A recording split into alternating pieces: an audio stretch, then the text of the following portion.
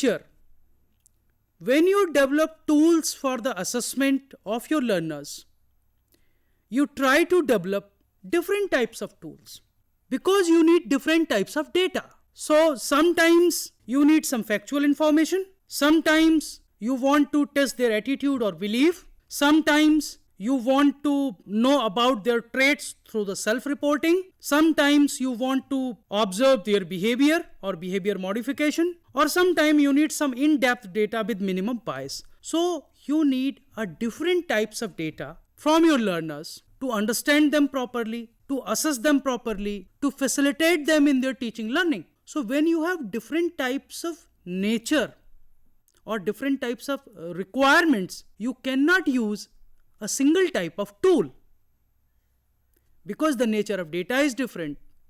So the nature of tool will also be different.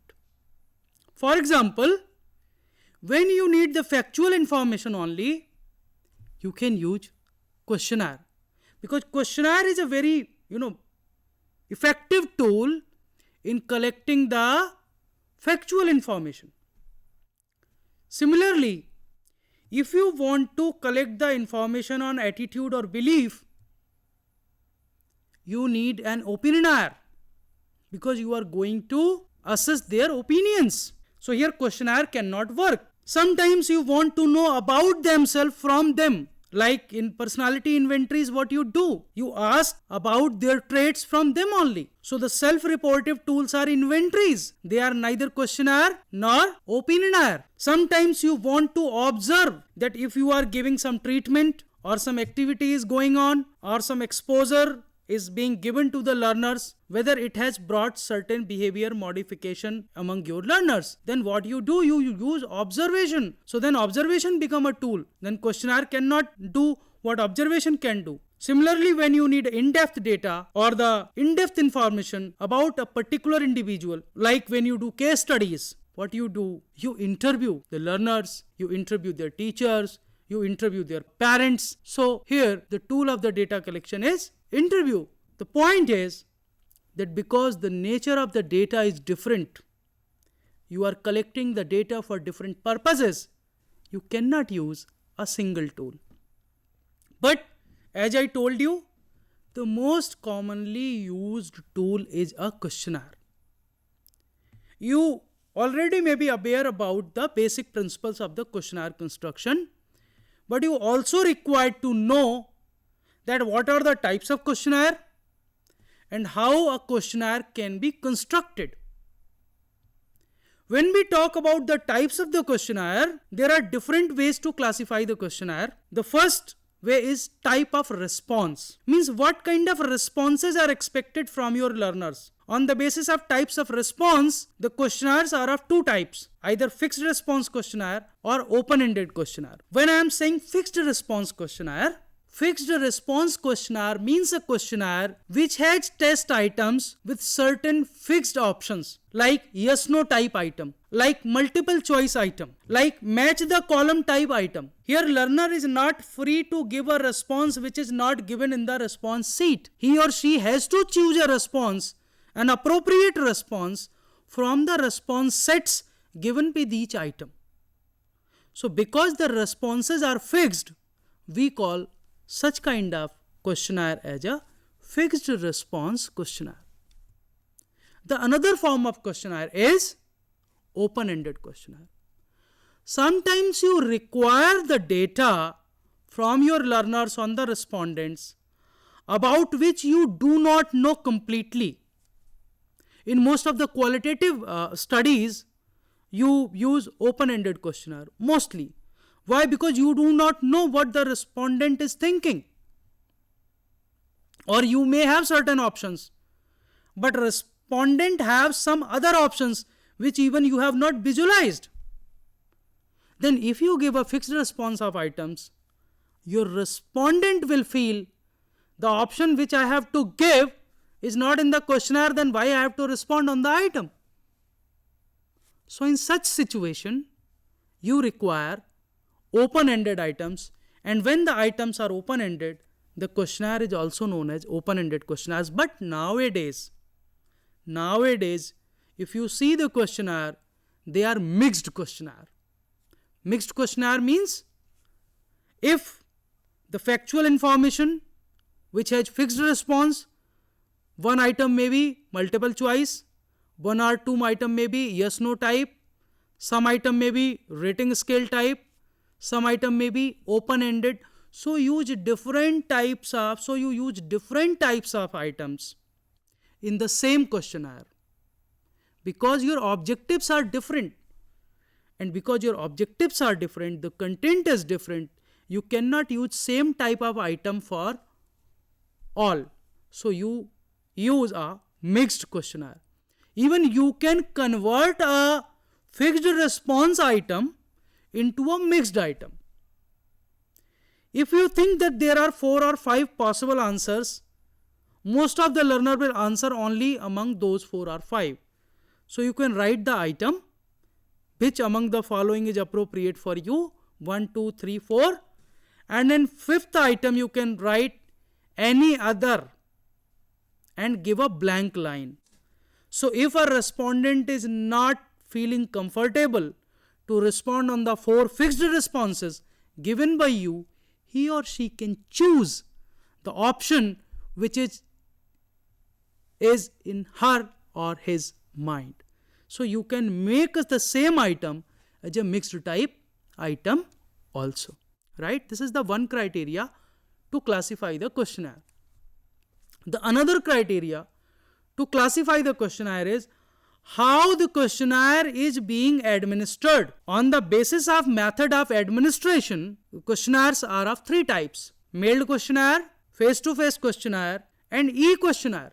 Mailed questionnaire means the questionnaire which you send through post to the respondents if you are not in their direct touch. They fill the questionnaire, they send it back to you. Another way is face-to-face, means you know who are the respondents, you visit to their place, you give them instruction, you distribute your questionnaire, they fill the questionnaire in front of you and they return it to you, you collect and come back. This is called face-to-face questionnaire. Nowadays, the third method is very popular, that is the e-questionnaire. We can use different types of questionnaire making tool or research tool making applications available on the web. Like Google Form you can use, like Qualtrics you can use, like SurveyMonkey you can use. There are different many hundred of the applications available. You can use any application to develop a tool. Then that application give you a short link or short URL. You can copy that URL and send to your known through SMS. You can send it through WhatsApp groups. You can distribute it through Facebook pages. You can mail it to the probable respondents so that they can respond. And the moment they will respond, your application will automatically collect the options. And the very good thing about the e-questionnaire is that when you download the responses, you get item-wise analysis with the graphical and every representation.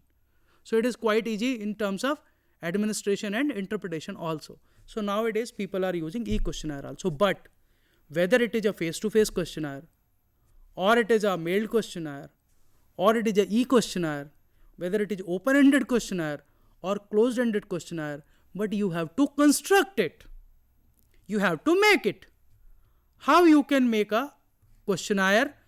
When you are going to make a questionnaire, there are certain concerns which should be in your mind. The first concern is wording of the questions. What kind of words you can use. Second is the order of questions. Means if you keep the very difficult questions in the starting, your respondent may lose their interest and they can return you a questionnaire which is not completely filled. So what should be the order of the questions?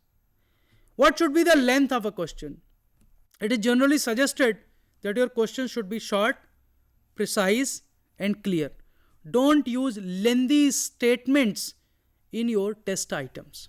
And also the number of the questions. How many questions are good in a questionnaire? There is no fixed number. But it also depends what kind of attributes you are going to test. For example, if you are going to test something which have 4 or 5 subsections and you are using only 2 items. Like I have seen a tool on emotional intelligence.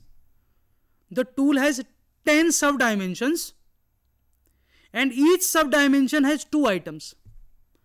Can you think that every dimension or subdimension of emotional intelligence can be tested by 2 objective type items? I don't think so. Because these are abstract constructs. You need more items. So it always depends the length of the questionnaire in relation to the attributes which you are going to test. But if your test has 100 items or 200 items or 400 items, sometimes, and they are also in the difficulty level, increasing difficulty level, you will again face the same problem. So you should keep the items in relation to the attributes or the sections or the subsections or the objectives which you have decided to test, right?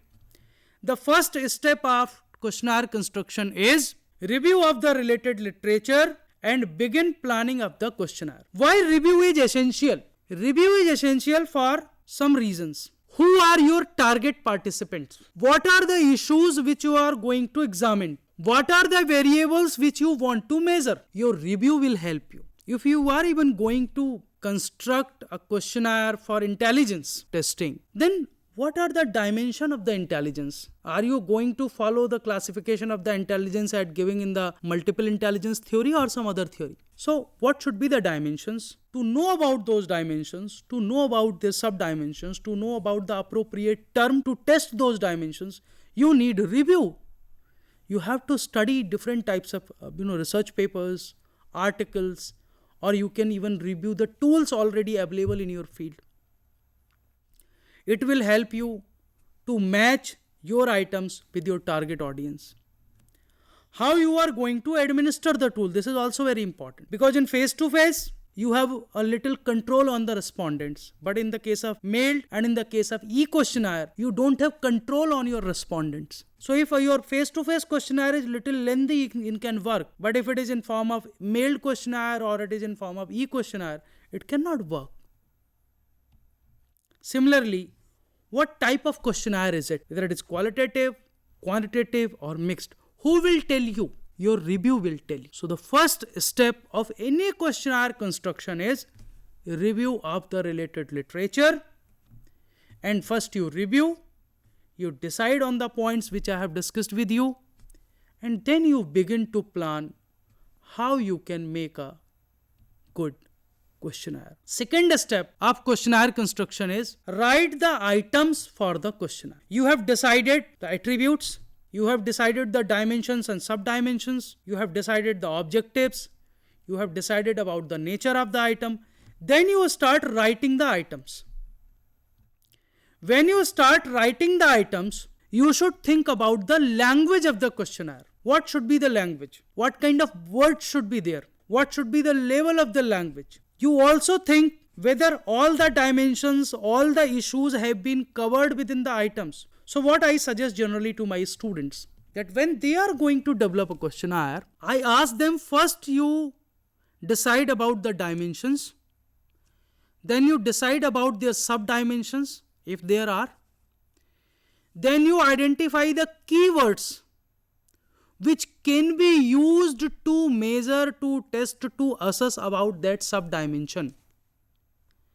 Then keeping the keyword, keeping the learner's language and keeping the objective of your testing in your mind, you develop 2 to 3 items on each keyword. So if there are, for example, 5 subdimensions and each subdimension has 2 to 3 keywords, hypothetically, then there will be around 50-20 keywords. So at least you should develop 60 to 80 items in the first phase. Because you are not going to keep all the items in your questionnaire, but you don't know which item is best to measure that particular attribute or that particular subdimension. This you will come to know when you will pilot your tool or you do the validation of your tool, right? So first you develop the items on the basis of the dimension and subdimensions, keeping in view the coverage And how your questionnaire will look, this is also very important. If your questionnaire don't have proper lining, proper instructions, bullet points, what should be in the bold, what should be in the capital, what should be in the small, how much space should be given if it is a qualitative type of item, if it is yes no type item or rating scale type item, what should be the table, if they have to rank, what should be the rank, proper instructions have been given or not. The face validity of your questionnaire should be very good. It should look like a questionnaire. It should look like a good questionnaire, right?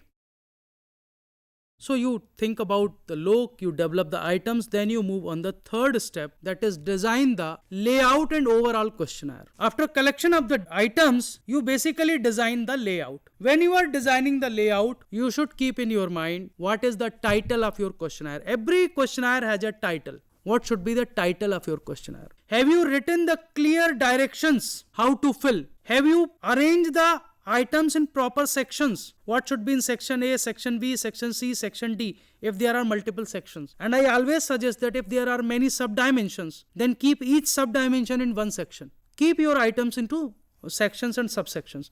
And the demographic details, what kind of details you want or you want to collect. If you are not going to consider any demographic information, don't keep that demographic information in your tool. For example, if you are going to compare the information collected through your questionnaire on the basis of their locality, means urban and rural, and if it is in your hypothesis, only then you keep location, urban, rural or semi-urban, whatever you want.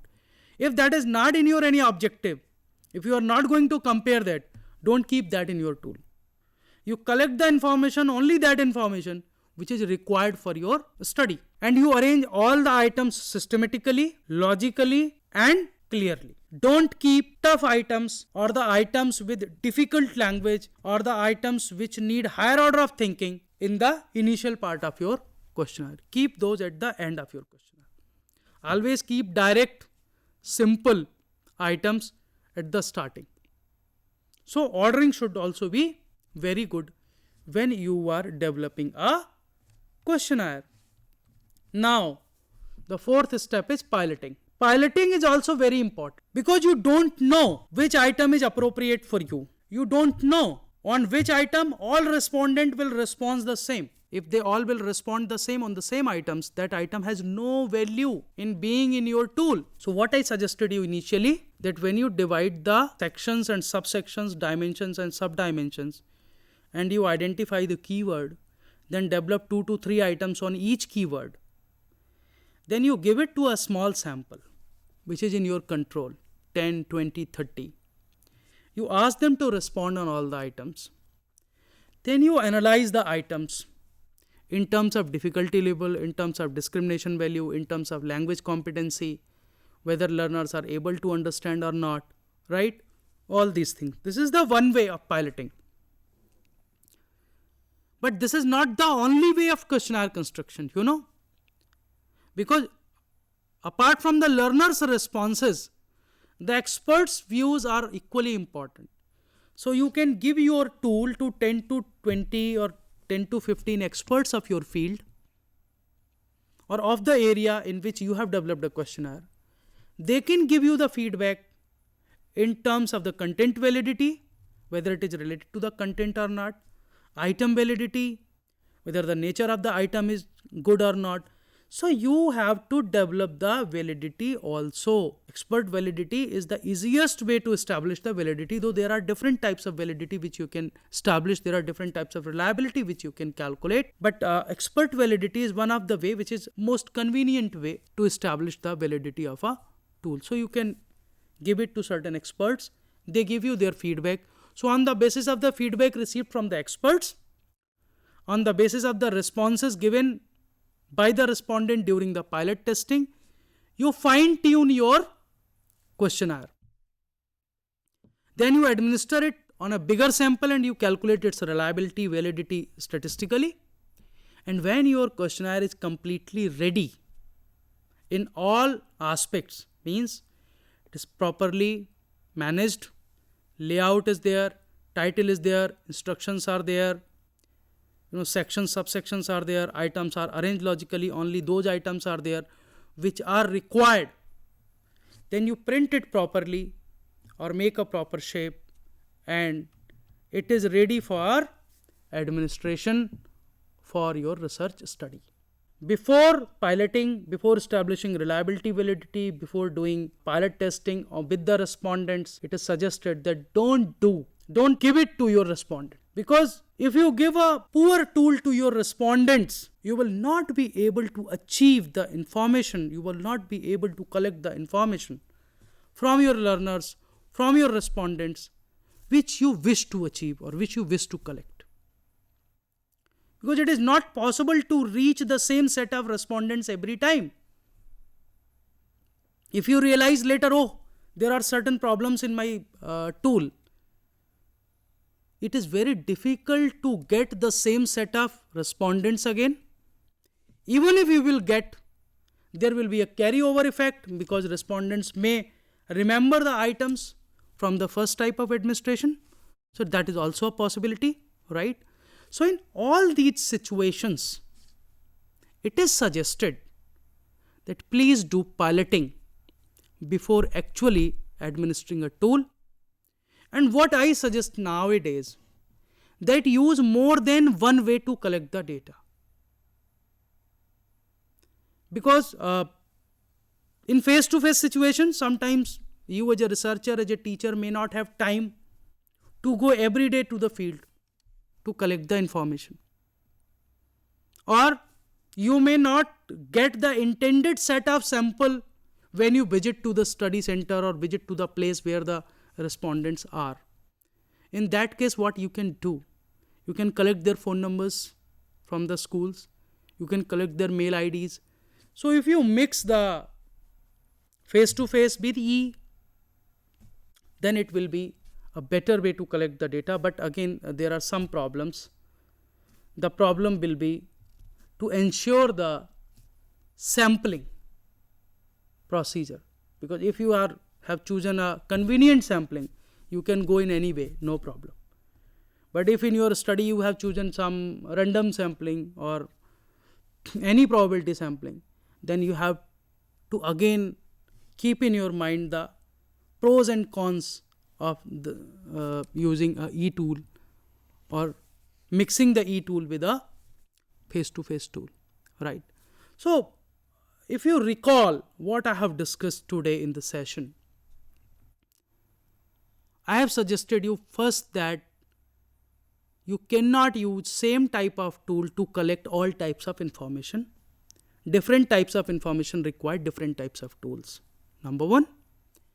Then when you are going to develop a questionnaire, there are certain concerns like concerns of language, concerns of learners, concerns of length of the tool, concerns of length of the item.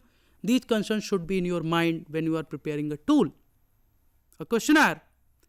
Then when you have decided to prepare a questionnaire, first what you have to do, you have to do a review of literature. Review of literature means the literature which has used that kind of tool or that is related to the variables which are in your questionnaire. Also, you can review some other tools which are related to your questionnaire or the area where you are going to develop a questionnaire. After the review of the related literature, you should focus the nature of the tool, the nature of the type items, the nature of the response set. All these things you have to decide. The length of your item, the dimensions, the sub-dimensions. Then you start writing the items. When you write the items, you always write 2 times, 3 times more items. If you are intended to have 40 items in your tool, I always suggest keep 120 items first time. Then you can, when you pilot it, you can decide which item you can keep and which item you cannot. Sometimes it happens in the piloting that in one sub-dimension there are 5 items, and during piloting you came to know all the 5 items are useless. But you cannot remove all the 5 items because there will be no other item for that sub-dimension. So you have to modify the item. You have to modify the language also, because you cannot avoid a particular sub-dimension, which is an essential sub-dimension of your study, right? So after piloting, you do it properly. Always write clear instructions.